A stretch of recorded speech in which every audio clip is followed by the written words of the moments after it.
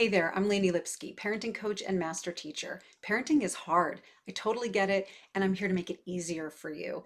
Especially if you had a tough childhood or you've got a tough child now, I've got your back.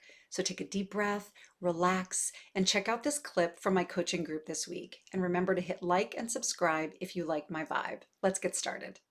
My kids have everything they need to be successful, healthy, well-rounded, inquisitive, etc. And I want them to take advantage of all they have and embrace the world, not just technology and video games. Totally. Totally.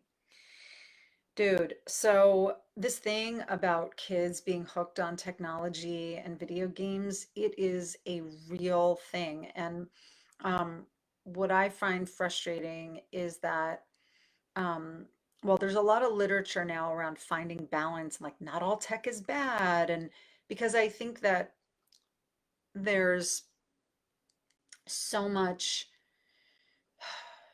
well, I know for myself that I was like, no tech, no tech, no tech, no tech. We did nothing. We were like Amish when my kids were little. And that actually felt really good. Like I didn't want my kids to be on a lot of tech when they were younger. And as they've gotten older, I felt more and more like I was putting up my hands against this inevitable tidal wave. And in middle school, my kids at their schools, they get laptops and they start using tech. And the thing that bothers me about it is that tech is really a tool and it can be used very wisely as a tool. But when kids get their own devices, whether it's a tablet or a phone or even a game device, they are addictive. They have built-in addictive properties to them. And so the tool that you think you need to have in your pocket is also this addictive fun thing. And it just becomes this slippery slope to kids having it as like the extension of their hand. I honestly don't have, and I don't know of anybody who does have the answer to this because apparently it's not going away. None of it is going away. But the answer that I've come to and I keep coming to is just having boundaries around it, like boundaries that you don't have to enforce every day. I'll give you an example of that in a second. Boundaries and that you don't have to enforce every day and absolute screen breaks where you are either in some place or the kids go to some place where it's tech free, having tech free experiences. Those have been the two things that I have found to be the most beneficial. Um, so one thing, the first thing I was going to talk about is setting up boundaries with tech so that you're not having the same fight every day. Um, what we've done in our house, and it's been confusing with COVID and everything because it's not only the social thing that they're, or the school thing that they're doing. I'm sorry. It's not only the social thing that they're doing online, it was also school that they were doing online. And then it was homework that they were doing online. And then it was entertainment. And it was like their whole life was online for quite a while. It was really upsetting to watch. Um, and it was harder to set boundaries, except for the time boundaries. But we've got time and place boundaries set up. So I'll just tell you what we do and see if this helps you at all. So we have rules about where tech is, phones in particular, are not allowed. They're not allowed in the bathroom. They're not allowed at the dinner table or the breakfast table for that matter, or when we're eating. And where else are they not allowed? If we're taking like short drives or something, we're just listening to the radio in the car. But in order to, oh, and they're not allowed in the bedrooms with the kids, with the door closed and the bedrooms. So we've set out some like general parameters like that. But even with those set in place, what I found was that my kids wanted more time online. That's how they chat with their friends. I remember being on the phone with my friends for hours after school. And this is how kids now are socializing a lot after school. So I don't want to take that away. But I do want to have limits on how late my kids are up, how late they're texting with people, that kind of thing. I know that there are a lot of kids out there who don't have any boundaries because it's hard to enforce these boundaries. And the parents are just like, whatever, like they've given up, which I don't judge them for. I really understand it. Um, but I don't want that to be the case in my house. And I don't want people up at midnight texting my kids at midnight. So the phones stay out of the room at night And we set a time that every night at a certain time, the Wi-Fi is just shut off for their devices in the house. And there's a function on at least the Apple device is called downtime. And we just set downtime to start at a certain time at night, and it doesn't start up again until the following morning. One of our kids was getting clever and waking up in the mornings and using the phone early in the morning to like do stuff and watch TikTok and text people. And we were just like, this is not cool. And we were so tired of having the same fights every day that we just imposed the downtime. And so our kids' phones and devices are useless to them between certain hours. Uh, During the day, we have the other boundary we have is that if you're doing homework, even if the homework is on the computer, the phone stays out of the room. Now, I know all of this is going to be a moot point when they go to college and they have their phone with them all the time, but I just want my kids growing up with an experience of shutting their phones off every day and putting them out of their rooms every day. I just want them to know what that feels like and to know that we did it differently in our house. And what's the other thing that we do? There's one other thing.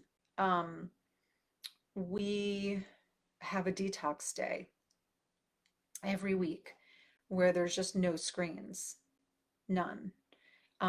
We've had to change that recently because our high schooler was very adamant in letting us know that missing out on a day's worth of texting with friends and finding out what people were doing and plans they were making was affecting the social life. And I felt really bad about that. My intention was not to take away the friends, it was to limit like looking on screen and scrolling.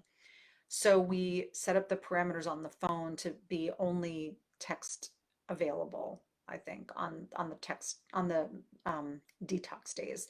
But other than that, and up until very recently, and I've got a ninth grader and a seventh grader as I'm talking to you now, and it was only like the last month that we changed it. Otherwise, detox was like we had the devices, we put them away. The kids never knew where the devices were. We would get in the car, we'd listen to the radio. I would be on detox. My husband was on detox. I had the auto reply set on my phone, the one that says I'm driving. You can customize that. And it said, I'm taking a screen break today. Please call me if it's urgent. Like we did that for years. So those are some things that you can do to help um, tune into tune into their lives because there's a whole life around them, and anytime they're on the screen, they're not living the life around them. That's how I feel. Mm, how did our kids react to the detox days? They didn't like it.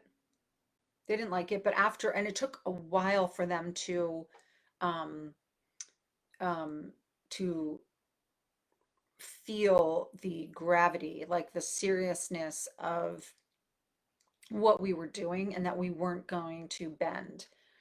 Sometimes, kids smell like if you're insecure about a decision, it's like blood in the water to a shark, right? And kids, they'll pounce on it and they'll just keep asking you again and again and because they feel your uncertainty and they'll just wear you down until you're like, well, inside you're thinking, well, I don't care that much about this and I'm not willing to go to the mat for it. But in this case with our kids, we were willing to go to the mat for detox days. And so after a while, they were just like, okay, whatever, detox is. And guess what? They were telling their friends, I do this, my parents, I was like, blame it on me, tell them I'm a totally strict mom. My mom, makes me do this stupid thing called detox day. And, so I won't be responding to you for a day. So they gave their friends a heads up, and some of the friends were cool about it.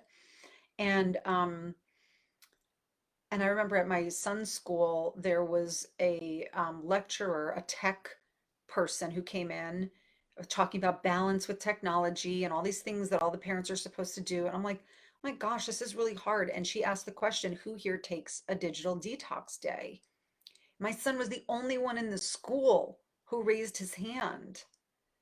And I was proud of that, but I was also like, oh my gosh, like, yeah, this is if I'm the only one doing this, it's because even though it's a good idea, it's hard to do. And like most parents are not going to do it. So I just felt it was awkward. I felt bad, but I didn't stop. Um, you said I feel like I need to fill the detox day with activities. Yes. Yeah, you would. So sitting around the house on a detox day, I do not recommend.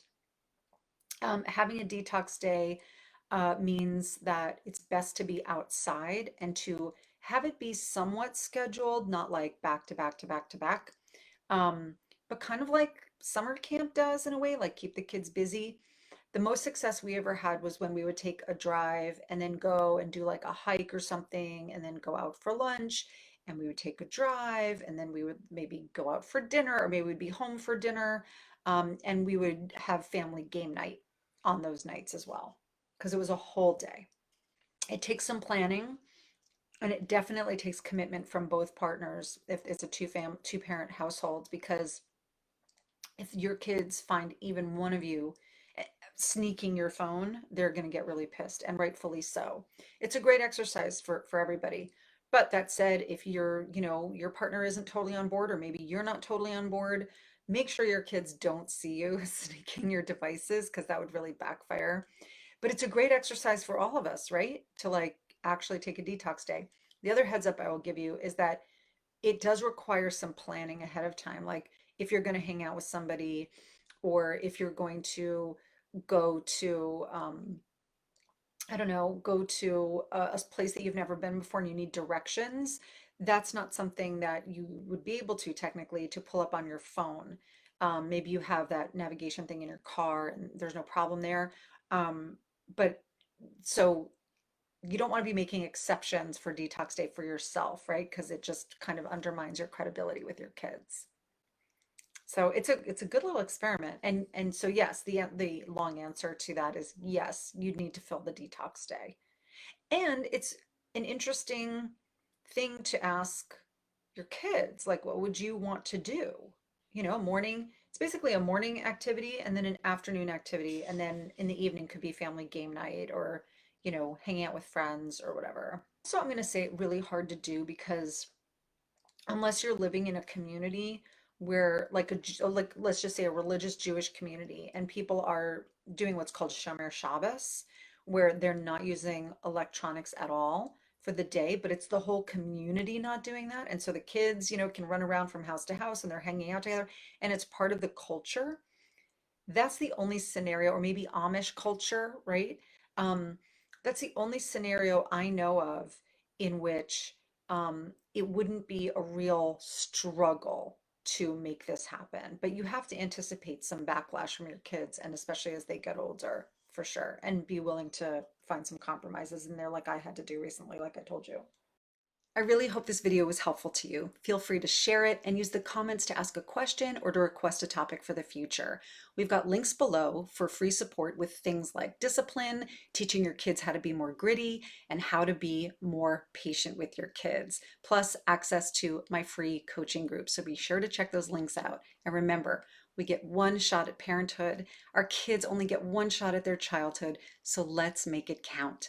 Click like and subscribe, and I'll see you soon.